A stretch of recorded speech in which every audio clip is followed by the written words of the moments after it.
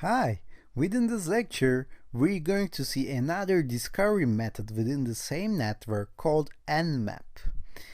And actually, we can use the nMap for outside attacks as well, and we're going to do that in the following sections. But right now, we're going to focus on how to use nMap within inside the same network. And you can use nMap within terminal, and you can use nmap --help in order to get the documentation of nMap, but I'm going to use another tool called nMap, which is basically a graphical user interface for nMap. Okay, so we can use nMap functions within nMap, but also we will have a graphical user interface. And we can reach the nMap from the applications pane on the left hand side, but also we can actually call for nMap within inside the terminal as well. And maybe you have seen other tutorials doing this only within inside the terminal, and it really doesn't matter, it gives us the same result. But I'm going to run nMap here and show you the tool, the graphical user. As you can see, now we have a software in which we can interact with buttons and screens and everything. So I'm going to do the same discovery scan that we have done in the net discover. So I need my IP address right now. And in order to get my IP address, what do? I open a new terminal and run ifconfig as usual. As you can see, I don't use my USB Wi-Fi card, but rather I'm connected to internet via ETH0, and I have an IP address of 10.02.15. It means that my IP range can differ from 10.02.1, 10.02.0, all the way up to the 10.02.255. So I'm going to use this information. And let me make the screen a little bit bigger so we can see it better. And here we have a profile and a target. And in the target, we have to specify the range or specific IP. So I'm going to say 10.02.0/24 as we did in NetDiscover. So in here, you can do an intense scan, a ping scan, a quick scan. So we have different profiles. And the ping scan is the most basic one. I'm going to start with that. We don't need intense scan at this moment. We're going to try other scans as well, don't worry. And in here in the command section, you will see the actual nmap command. If you choose another thing, the command changes. So if I copy this command and paste it on my terminal, it will give me the exact same result, right? So let me start with ping scan right now and hit the scan button here. So it starts scanning the network and it displays the results in here. So rather than getting the results in my terminal, I'm seeing them on this graphical user interface. So it is relatively slower when we compare it to the net discover. And as you can see, I got the results back from ping scan. So if you look at the results, you will see that we have the host on the left pane side and we have the details of these hosts in here. So I have the IP addresses and I have the MAC addresses as well. So this is basically the same thing as NetDiscover. I have 10.02.1 and I have the MAC address for that. And bear in mind that most of the time, 99% of the time, 10.02.1 or 192.168.1.1 is the router. Okay, router gets the first index in an IP range. So we can know that 10.02.1 is our router, but we don't know what this 10.02.4 or 10.02.15 is. Actually, we know the 10.02.15 because it's our own IP address, but we don't know what 10.02.4 at this moment. And we cannot get that information from NetDiscover. But maybe we can get this from nMap. And in order to get this, we have to do another scans. We have to do some more intense scans as well. Ping scan is the most basic one, as I said before, and it only displays the information of IP and the MAC address matching. Let me do quick scan and see if we can get more information. This isn't a guaranteed way to get more information, but it is actually stronger than the ping scan, so it sends a lot of requests compared to the ping scan, so it might get some additional results. So let's wait and see if we can get additional results from quick scan. And as you can see, it takes more time compared to the net discovery and compared to the ping scan. Here we have the results. Now as you can see, we have a lot of results back. So here we see the IP addresses once more. So this is for 10.02.1, and under 10.02.1 I know this is router, but now I can see some ports and some states and some services. So I can see which ports are open.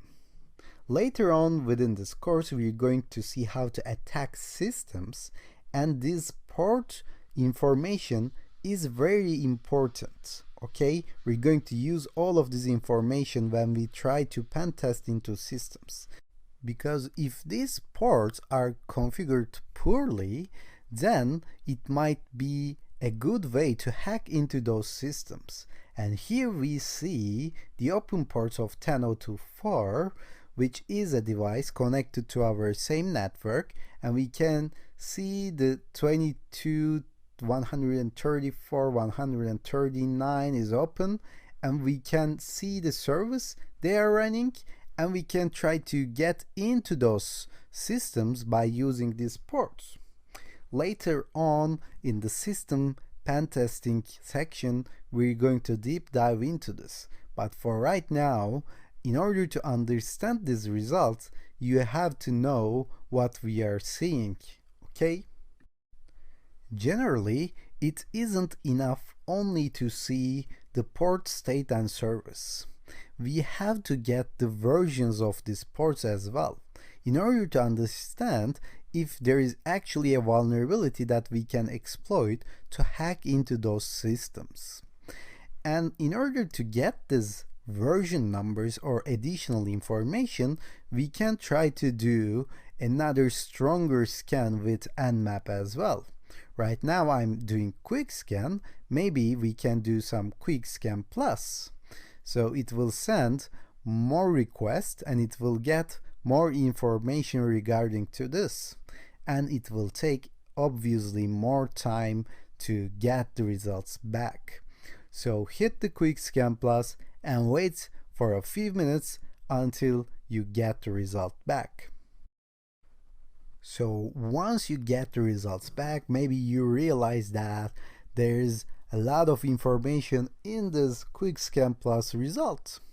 Now we see the version of the ports and we see some additional information as well. This might give you a clue to hack into those systems. And what do we do generally when we get this result back? As I said before, we won't focus on these ports and vulnerabilities of these ports in the section. We're going to do that in the system pen testing section, but I believe you have to have the general idea that what we're going to do, what we're trying to do when we get these nMap results back. So I see the version here, the services version. So for example, I have OpenSSH 6.7 SSH service running on port 22. So generally when I see that, I copy this version or the whole thing, it really doesn't matter, and I Google it for vulnerabilities. Okay, so first I try to get the basic information about that version. So go to Google and copy one of these vulnerability possible results. Okay, just copy one version of some port and paste it in your google.com. So for example, I'm going to search for OpenSSH 6.7 exploit.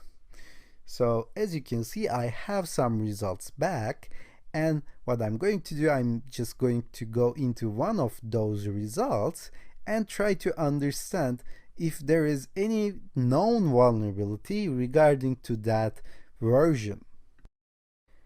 And if there is a good way to hack into those systems using that vulnerability, I will take my chance and try to hack into those systems. As you can see, there are a lot of information and documentation on this port version. Maybe I can get something out of this. I'm not going to do that. I'm going to do this explanation. I'm going to do this example in the penetration testing section, but for right now I just wanted to show you the possible implications of using nMap.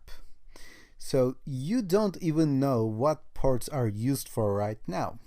So I included some general ports and their usages, their protocols in my ethical hacking handbook, and you can get this port from there, and also you can try to Google it and find it on your own, of course, because there are more ports when we consider all of the services that we can run in Linux. So it's not possible for me to list all of them in my little PDF file. And at this moment, you don't even need this information, but there are some students who are really curious and who really don't want to miss some step, don't want to move forward without understanding some step. So I just wanted to include and show you these port numbers as well. So there are some ports, there are some services running on those ports, and sometimes these ports are configured poorly, so hackers can actually exploit those ports and hack into the systems. And nMap is a great tool to show you all of these vulnerabilities in one place. And as I said before, we're going to focus on network attacks, within network attacks in this section. So I don't plan to use nMap further in this section, but I just wanted to show you that there is a tool called nMap and ZenMap, and this is a great tool. So we're going to stop here, and in the next lecture we're going to focus on network attacks, mainly an attack called, a popular attack called man in the middle.